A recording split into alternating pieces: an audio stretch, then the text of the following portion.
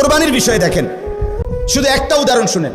কোনো মুসলমান কোরবানির 3 দিন অর্থাৎ 10ই জিলহজ কোরবানি হয়, যেদিন আমরা কোরবানি করি এটারই কয় 10ই জিলহজ।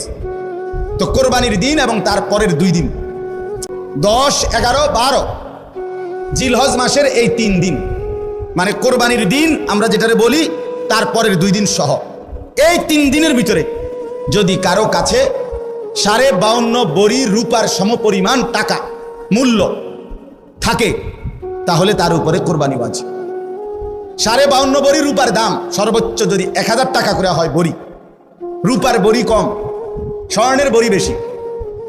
রূপার বড়ি 1000, 1200, 1300, কখনো কখনো 2700 টাকাও হয়।